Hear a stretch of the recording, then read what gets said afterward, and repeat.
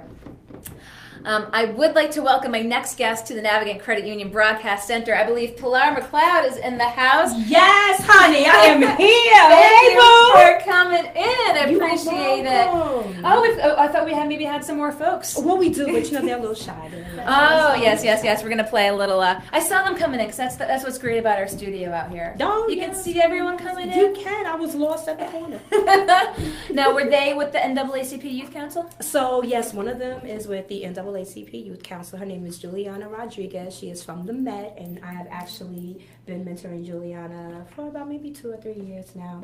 She's been on a few trips with us. And the other person is Miss Jordan Fowler from the Rhode Island Black Heritage Society. But you'll probably want to talk to her later on your own, so I'm not going to steal the thunder. Well, I appreciate the leads. I always like leads when folks tell me folks to talk about in the community. But I'm speaking of leads. Yes, ma'am. Being live on Facebook. Yes. Letting folks know there is a fundraiser going on in approximately 30 minutes. Yes, honey. Get on over to the Chipotle on Thayer Street. These NAACP Youth Council kids are having a fundraiser today from 5 p.m. to 9 p.m. It's at Chipotle on Thayer Street, and 50% of the proceeds goes to the Youth Council. 50% of the proceeds, you heard it, go to Chipotle. You're going to Chipotle. I'm going to Chipotle. I'm going to take off these shoes.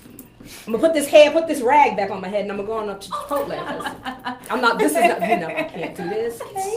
It's raining. Look, I didn't wear my wig.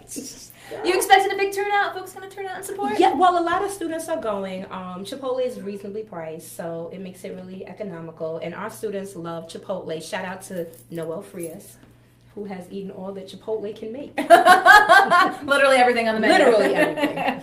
So you heard it. You can go to the Chipotle on Thayer Street this evening to support the NAACP Youth Council. But brought you in as well because we wanted you in a couple weeks ago. You are going to be taking part in a big national conference coming up. Are you not? Yes, ma'am. I am going to be one of the speakers. I am so in awe of all the other women. I hope that I can compose my own self. So I will be speaking at ZoomCon on March 23rd. We're leaving March 23rd. ZoomCon is March 24th and March 25th in Atlanta, Georgia at the downtown Radisson Hotel. It is female empowerment. It is for mentors, parents, teachers, any form of educator. If you work with a child, young, old, whatever, you need to sign up and show up. You can go to www.b2fgirls.org to sign up for ZoomCon. I will be there. I'm taking some wonderful women from Providence with me. Shout out to Tiffany and Diana Garlington. Yay, we are going to take Atlanta by storm, going downtown to the downtown Peachtree. See what's going on down there. But I am amazed. I'm so excited. Dr. Shakina Moore is actually putting it together. And this is the second time that I'm actually participating in a female empowerment event that she's done. I presented last year on a panel discussion that she did down in Atlanta, and I enjoyed myself immensely, and I made some wonderful connections. It's really great to go out and meet other women who are doing, the same thing or have other backgrounds working with youth as you. And I love to travel, so for me, it's, So are we going to see you going to do some live stream on Facebook? We're going to see you down there doing Child, I'm going to do a live stream. I'm going to get a live show. I'm going to do everything. If I win lotto, I'm going to buy a house. You don't understand. We're going to keep tabs on it from up here when you're down there. Because of all your work with the youth in the community, how would you say, what's the state, especially of young women, kind of growing up today with everything going on, We're a little bit older. We remember what it was like to be, but when we were, there wasn't Facebook, there wasn't social media. None at all. I mean, the pressures, especially on young women, how do you see them dealing with it these days? It's a lot. For some of them, they're bring it a little bit closer over here. Look at this. Oh, sure. Yes, we could do a full body shot. Shout out to Fame Ambitious. Got your mother looking snatched. But for some of them, they're able to really deal with it, really well, and they can kind of, roll with the punches. And for others, it's very overwhelming. Social media is a lot to deal with. It's a lot for me. Adults. I have Twitter, I have Instagram, I have Facebook, I have LinkedIn. I don't do, the Snapchat. I refuse to snap because if I snapped, oh God, she snaps. That would be too much. But it's a lot to deal with. You get all your information at rapid, pace, and people have the ability to respond.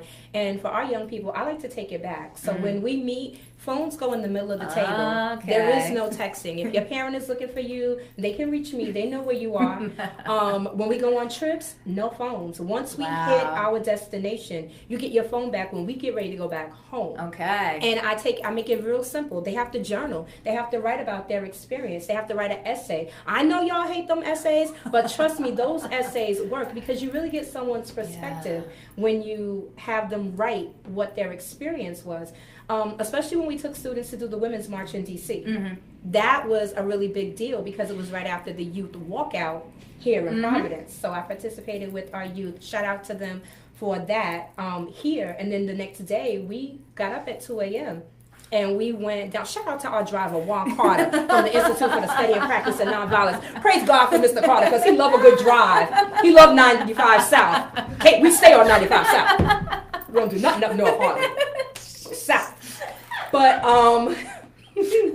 to see them write about their experience and how, you know, they really didn't pay a lot of attention to the campaign. And then you go to D.C. and there's 300,000 people there. Yeah. Men, women, young, old, babies. And they're all talking about the same issue. And for a lot of them, it was, oh my goodness, so this is real. My healthcare really is important, and I really do need to pay attention, and my education and everything. And yes, you need to pay attention because now it's TV. To watch it on TV is one thing. Yeah. To see it in real life, that's something totally different. How many folks did you take down to the Women's March? It was 7 of us. Wow.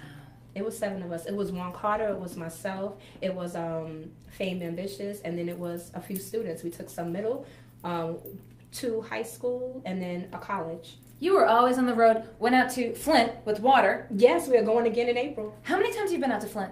This will be our 3rd time. And we've inspired the Green High School. Shout out to the Green School. They actually went to Flint and donated to St. Mary's and Our Lady of Guadalupe, which is 2 of the places that we actually donated to the first time and the second time that we went. So are you in the midst of a water drive right now? Should folks know about where to bring water to you to bring to Flint? At the moment, you can bring water, but Flint really needs diaper wipes, diapers, and dry formula. So antibacterial. Those are the things that they need the most. And if, I'm not sure if anybody is able to purchase it, but I know like medical supply stores sell those like the hospital wipes that you can like basically wash your body with, so you don't need you don't need water. Right, so you don't need water. That's what the last I heard. So really? I'm going to contact those 2 organizations again, those 2 churches, and find out what else they need so that this time when we go back in April. And we're going to assess and see if we're going to need to make maybe a 4th trip. No, school break, is that when you're going to bring students? We want to do that then. And then we also want to go down to the museum in Washington, D.C. We want to take the children to the new Smithsonian Museum. So that should have been our March trip, but you know, get a little busy, you gotta put some things back on the calendar. Well, you were always on the road, and it's just all about the kids. Yes, I love to take these children. That's why I got one sitting on the other side of this wall. If we go on a trip, I want to know how many kids to bring. And if they say none, then I don't go. So you've got Flint, you've got going down to Washington, obviously you've got what else is going on with the Youth Council this coming year? So the Youth Council, as well as my nonprofit, A Sweet Creation Youth Organization, we have a lot of things going on. Phenomenal Women's Movement is still a thriving after-school program. It's not only in Nathaniel Green Middle School on Monday and Wednesday, shout out to Nathaniel Green students, but it is also at the Institute for the Study and Practice of Nonviolence every Monday from 4:30 to 5:45, 6 p.m. And then the Youth Council, NAACP kids, as well as the Sweet Creation Youth that do community service, we all meet on Wednesday, and that's our power. That's when we really get to sit down and talk about what we're doing, what community service projects we want to do. This year, I really wanted to focus a lot on reading. So we are actually reading 3 books. 1 book we've already started, and 1 book we're going to start next week. We are reading Kiki Palmer's book, I Don't Belong to You. That is what the young ladies are reading for their inspiration and motivation. We are also going to be reading DJ Khaled. DJ Khaled, if you're watching, I need 30 books donated. I'm just saying. DJ Khaled's book, I Got the Keys. Okay. And then the 3rd book is Dr. Angela Davis's book. What is it? Oh my goodness, the name escapes me. What is it?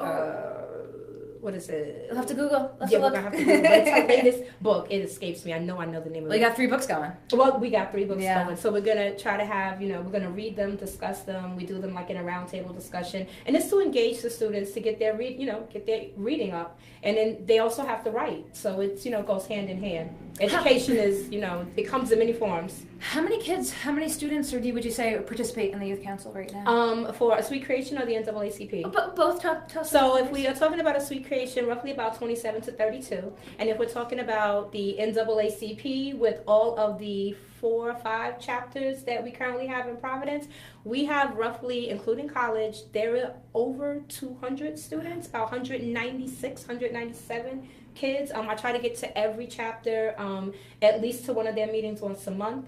Shout out to Classical High School. Those students are amazing.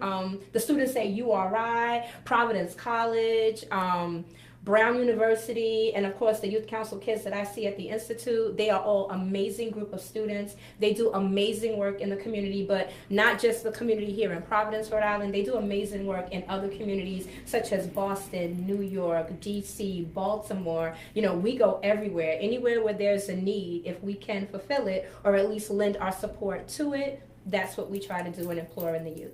Okay, well, as I said, wanted you for a few things to talk about the big national conference coming up that we are going to be keeping tabs on. Come on down, Kate. Come on down to ZoomCon. You heard it here first, Josh Fenton. I'm being called down to Atlanta to do some reporting on the street. That's right. And get some chicken and waffles, honey. You heard it here. I'm going to hop in the van with Pilar and head down 95 South. 95 South, but I know you've got to go to your fundraiser. Yes, ma'am. But I do ask folks trivia questions when they Child, come in. I was born in the Bronx, raised in Queens. And when did you move here? I've been here. This April will make 13 years. 13 years? What I think you usually say 12 makes you a little bit of a Rhode Islander. I travel a lot, so I don't know. Do you want to play? Do you know? You know what? Give me one. Let's see what we got. Right? Because I'm a good sport. Okay. I got this hair out, so clearly I'm a good sport. Let me glad girl. Okay. Oh, I didn't see nothing. I don't have my glasses on. I didn't see nothing. Okay. Now, girl from the Bronx. Okay. Oh. New England adds cream. Manhattan adds tomatoes. But Rhode Islanders serve it up clear. Name this local favorite soup. Clam chowder? It's clam chowder! Oh! My mother loves clam chowder. Yes! Oh, just dropped out the card. Ow! She got that! She got that! 52 card pickup over here. Yes! Appreciate your coming in today, Pilar. Thank you so much for all you do in the community. We always love to keep tabs on what's happening, so don't hesitate to reach back out. Oh, thank you. And enjoy the Chipotle. Yes! Okay. Yay! Come on down! What's the time? From 5 to? 5 to 9 p.m. today. You'll see me in a few minutes. Get to Chipotle on Thayer Street. Let's go. 5 to 9 Chipotle on Thayer Street. Pilar, thank you as always. Pilar McCloud with the NAACP Youth Council. Boy, she is always on the move, talking about where she's heading to down for a national conference in Atlanta. ZoomCon, female empowerment, taking the students for another trip, she said, out to Flint for services that they need.